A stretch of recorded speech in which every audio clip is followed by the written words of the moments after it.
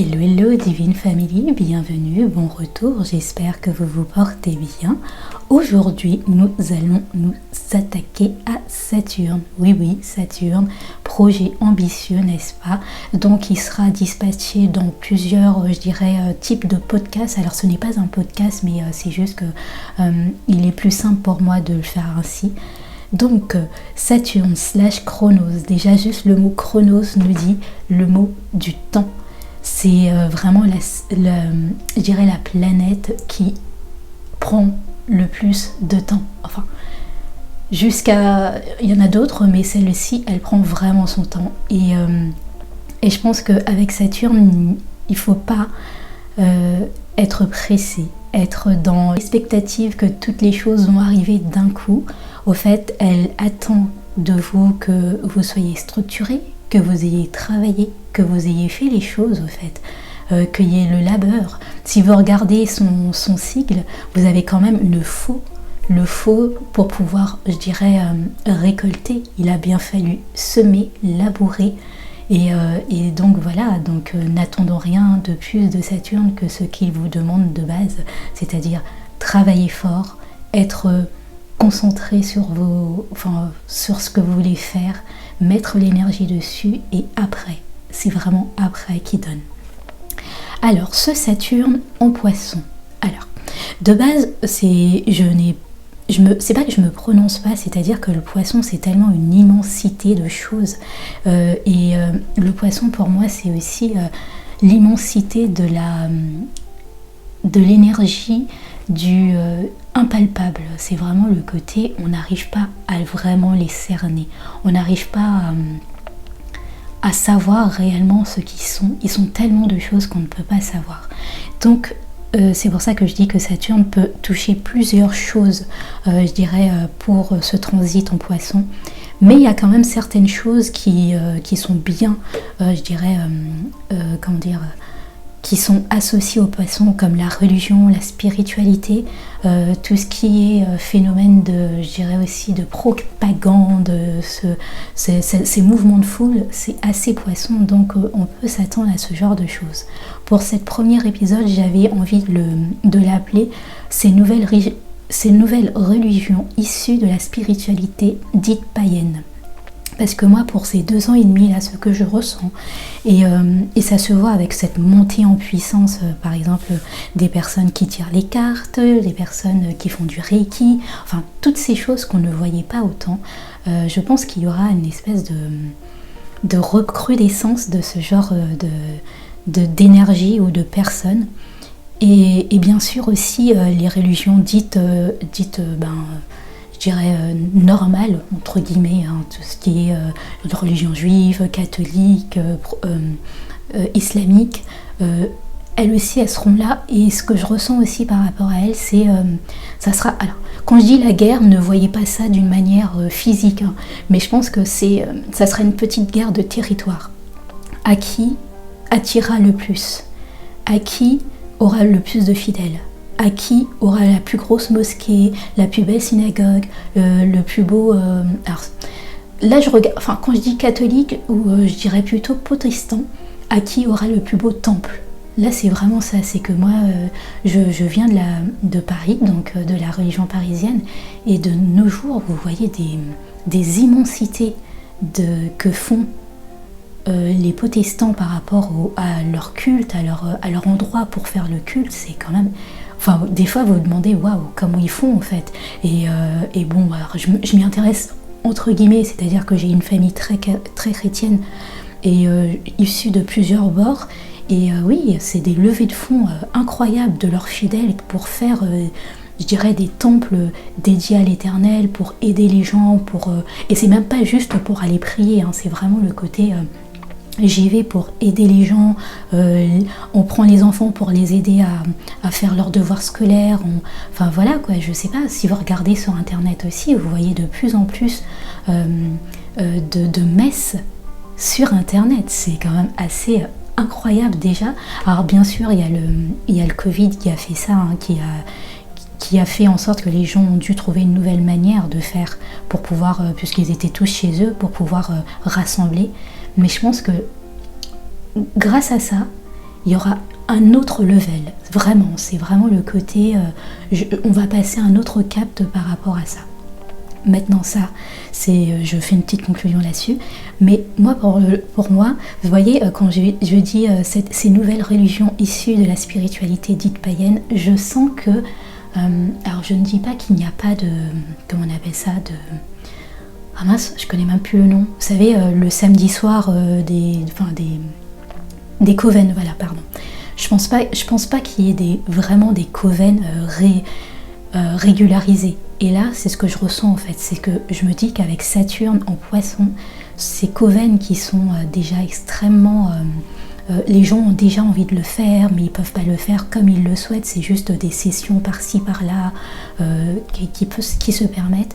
Là, je ressens avec ce Saturne en Poisson que ça sera quelque chose de totalement normal et normalisé par tout le monde, de pouvoir faire des coven partout, de se retrouver entre witches, enfin oui, entre sorcières le samedi pour pouvoir pratiquer. Et vous voyez, je ne sais pas si ça existe encore, mais je pense que oui, parce que ça fait une éternité que j'ai plus de télé, en tout cas que je regarde plus la télé.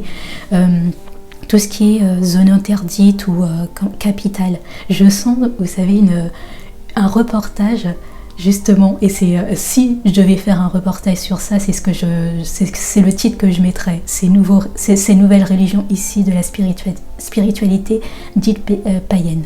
Donc pour moi c'est vraiment ça, c'est-à-dire que je ressens que des médias vont s'intéresser à ça, vont se demander mais qui sont ces gens, qu'est-ce qu'ils font, comment ça se fait, d'où sortent-ils, alors, et bien sûr, quand vous avez ce genre de choses, et vous avez les personnes qui, soit ceux, je dirais, qui sont déjà bien implantés, vont se mettre encore plus en avant, ou soit il y a des nouvelles têtes qui vont arriver, vous savez même pas d'où ils sortent, et là vous les verrez.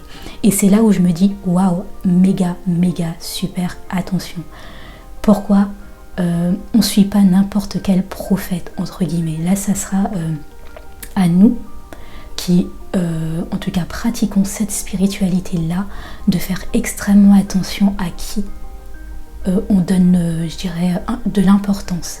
Je vois déjà des dérives par rapport à certaines façons déjà. Je sais pas pour vous, mais moi quand je me balade un peu, je reçois déjà certains messages de personnes qui vous disent dites canaliser ou quoi que ce soit, et vous entendez le ton de la personne, vous entendez la manière dont elle vous dit les choses, et je me dis waouh, mais enfin, ne serait-ce que par respect pour les autres, il y a une façon de parler, il y a une façon de se comporter, et moi j'aurais peur au fait qu'une personne, entre guillemets, me souffle ce genre de choses à l'oreille, parce que c'est tellement pas bienveillant en fait, c'est tellement peu agréable à entendre. Et donc je pense que voilà, ce genre de choses, ça risque d'arriver. Et aussi au fait, je sens, comment dire, une espèce d'essoufflement. C'est-à-dire que ceux qui sont vraiment, je dirais, qui ont une bonne pratique, qui ont réfléchi à leur façon de faire, ça va continuer. Mais tous ceux où c'est devenu juste un phénomène de mode, ça va s'étouffer. Je dirais, vous savez, c'est un peu comment on appellerait ça, c'est au tout début il y a toujours quelque chose de nouveau, et donc tout le monde veut se lancer, mais c'est ceux qui sont le plus préparés, c'est ceux qui sont le plus je dirais avertis, et qui sont prêts avec Saturne à se gérer, et se gérer du temps pour pouvoir ne serait-ce que eux rester dans un mood qui soit toujours bienveillant envers eux-mêmes, parce que je vous avoue que ne serait-ce que tirer certaines choses, canaliser pour certaines personnes ou certains événements, ça prend énormément de temps, ça prend énormément d'énergie, et donc forcément je pense que ceux et celles, entre guillemets, qui se sont un jour acheté une boîte de cartes et se sont dit hop, je vais me lancer sur TikTok, et attention, je ne fais pas du shaming sur TikTok ou quoi que ce soit, il doit y avoir des personnes très bien dedans, mais je veux dire, si c'est un domaine où ils se disent l'argent va être facile, je pense qu'ils vont aussi, il y a une bonne partie qui vont arrêter ça tout de suite. Et malheureusement en fait ou heureusement, oui, heureusement déjà premièrement, parce que comme ça va un peu élaguer ce qui ne devrait pas être, mais c'est surtout au fait malheureusement dans le sens où elle risque d'amener avec elle des personnes qui étaient crédules, et dans le sens où elles y croyaient vraiment à ce genre de personnes, elles croyaient vraiment à ce qu'elles pouvaient dire, elles croyaient vraiment à tout ce qu'elles racontaient, et puis et tout d'un coup, au fait, elles vont comprendre que au fait qu'elles se sont fait avoir, et malheureusement, il n'y a pas pire qu'une personne qui se sent un peu, je dirais, comme si on l'avait trompée. C'est vraiment, vous savez, l'expression jeter le bébé avec l'eau du bain. Et enfin, il y a des personnes voilà, qui vont commencer à être très réfractaires par rapport à ça, alors qu'elles auraient pu être très ouvertes, mais à cause, je dirais, de une personne, vous avez les 90 autres qui sont crucifiés, au fait. Donc voilà.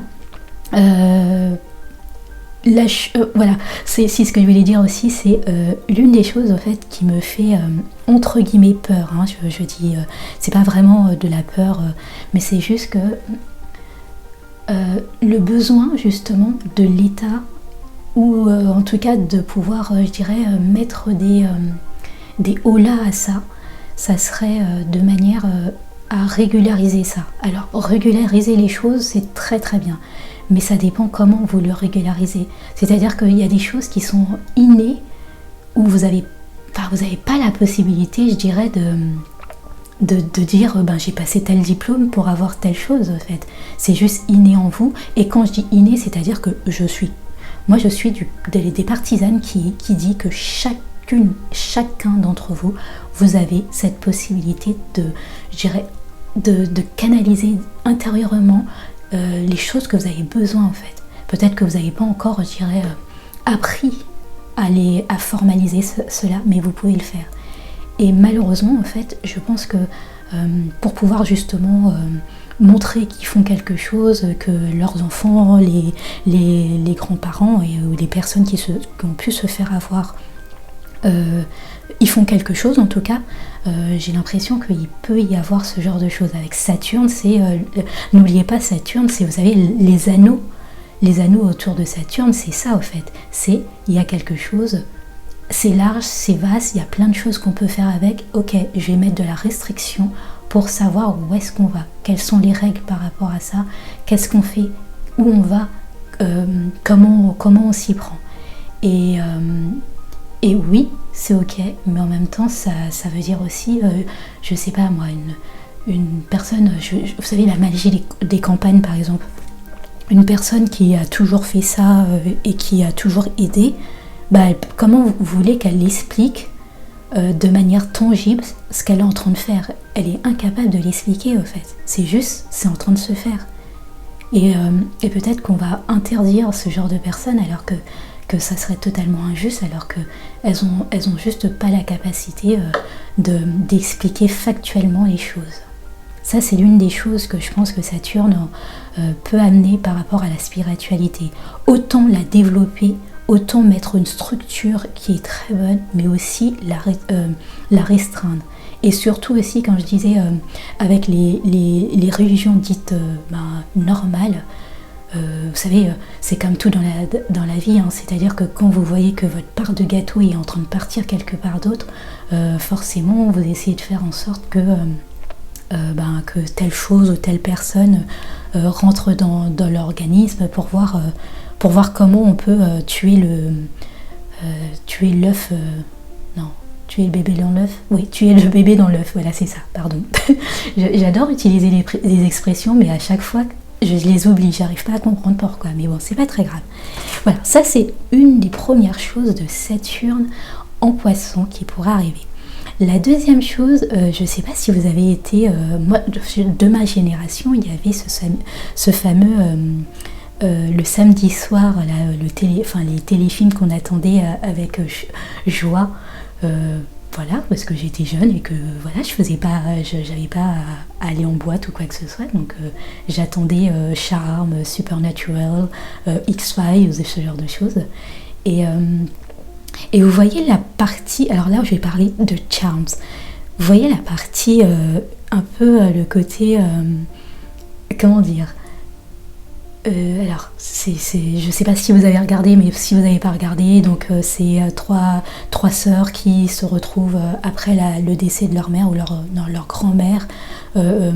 Elles se retrouvent avec des pouvoirs et tout petit à petit, bon, elles trouvent que c'est cool, mais après ça, elles comprennent un peu à la phrase de Spider-Man, un grand pouvoir nécessite des grandes responsabilités, et leur responsabilité, c'est de garder en tout cas leur région. Ça m'a toujours fait rire, c'est-à-dire que je me suis toujours dit comment ça se fait qu'à San Francisco il y a autant, mais il y a autant de démons. Ça, enfin bref, c'est les Américains, et voilà quoi, c'est leur petit nombril, mais en même temps on peut pas leur en vouloir parce que c'est leur pays leur pays même est cancer. Donc voilà, bref, je me perds. Ce que je voulais dire par là, c'est vraiment le côté on va se retrouver avec des chasseurs, des chasseuses de démons. Mais quand je dis ça, c'est pas le côté très réglementé, un peu à la catholique, exorciste, mais c'est vraiment des petites jeunes filles, des petits jeunes hommes là comme ça qui vont croire qu'il y a un démon par-ci, qui vont avoir un démon par-là et qui vont y aller. Et alors moi ce que je ressens, ça sera déjà un trait. Artistiquement parlant, on va avoir ça. C'est-à-dire Charme, là dernièrement, on a bien eu mercredi, et alors je sais plus parce que je suis pas énormément, mais on n'a pas encore eu, je dirais, une série qui a duré aussi longtemps sur ce genre de choses. Et ben je pense que le cinéma, tout ce qui est du domaine de l'art, l'écriture, le cinéma, ça sera quelque chose qui sera réadapté. En tout cas, les gens vont se remettre à écrire sur la magie, à écrire sur des coven, à écrire sur des phénomènes. En tout cas, moi je suis quasiment sûre que... d'ailleurs, quand je dis ça, je me mets dans l'histoire parce que pour de vrai, l'une des choses, je vous montre jamais rien, je vous dis pas grand chose sur ma vie, mais l'une des choses que je fais, c'est écrire, et je suis en train d'écrire une histoire sur une jeune femme justement qui a les capacités, une cartomancienne qui a la capacité de savoir ce qui va se passer grâce aux cartes. Donc voilà, mais attendez-vous à une déferlante, je dirais, de domaines artistiques qui arrivent comme ça, que ça soit par rapport au cinéma, que ça soit par rapport aux livres, mais aussi par rapport aux choses très, très terre à terre, c'est-à-dire le citron du coven machin qui a telle propriété parce que le citron a été mis en terre sur la pleine lune de machin truc. Vous voyez ce genre de publicitaires là qui vont vous vendre tout et n'importe quoi par rapport à ça. Et ben attendez-vous à ça. Moi c'est vraiment ça, je le vois déjà par rapport à la vente des cartes, à la vente des comment on appelle ça, de tout ce qui est spirituel, le Palo Santo, les bracelets, les perles, voilà, les perles, les pierres, vous pouvez le voir par vous-même. Il y a une espèce d'augmentation en flèche. Dernièrement, j'étais dans le magasin Action. J'aime bien parce que de temps à autre, j'achète des trucs pas très chers, comme du dissolvant et tout ça. Et je passe dans l'une des... Comment on appelle ça, dans l'un des rayons, et je vois une espèce d'huile à base de pierre de pierre de lune, je crois. Je crois que c'est ça, ou... je sais plus quelle pierre c'était, mais une huile apaisante par rapport à telle chose. Et je me suis dit, waouh. Donc ok, on est déjà là, quoi. On est déjà dans... je commerce n'importe où sur... je dirais des choses qui étaient, il y a quelques temps de ça, on nous traitait de dingue, quoi, en fait. Donc voilà, c'est vraiment, je dirais, la première petite ébauche de Saturne en poisson que je peux vous dire. C'est attendez-vous à ces énormes changements par rapport aux gens, par rapport à la spiritualité en général. que ça soit la spiritualité dite classique qui va augmenter, et donc si elle augmente, ça veut dire aussi des tensions. Quand on augmente aussi, ça veut dire que forcément on veut être, oui, on veut dire c'est mon petit Jésus qui est le plus fort par rapport à ton Mahomet, tu vois. Enfin voilà quoi. Ça risque d'être un petit peu sous tension. Et par rapport à la spiritualité, je pense qu'on arrive aux âges d'or ce qu'on a eu il y a dans les années 70, mais encore plus quoi en fait, vraiment, et c'est là où on peut soit se faire énormément berner par n'importe qui vous dit qu'il a vu, qui comprend, que un tel bidule lui a parlé, alors que bon voilà. Et ou soit ça va être juste des choses, on va découvrir des personnes juste waouh quoi, waouh, on s'attendait pas à ça enfin, je dirais pas dans le monde, mais on s'attendait pas à autant de possibilités au fait. Et je pense que c'est à 2 poids 2 mesures. Il faut faire attention à tout ce que vous faites, à tout ce que les autres essayent de vous faire croire. Et surtout, votre discernement, c'est le plus important. Vraiment, vraiment, vraiment, le discernement avant tout, les gens. Ne vous faites pas avoir, ne vous faites pas berner.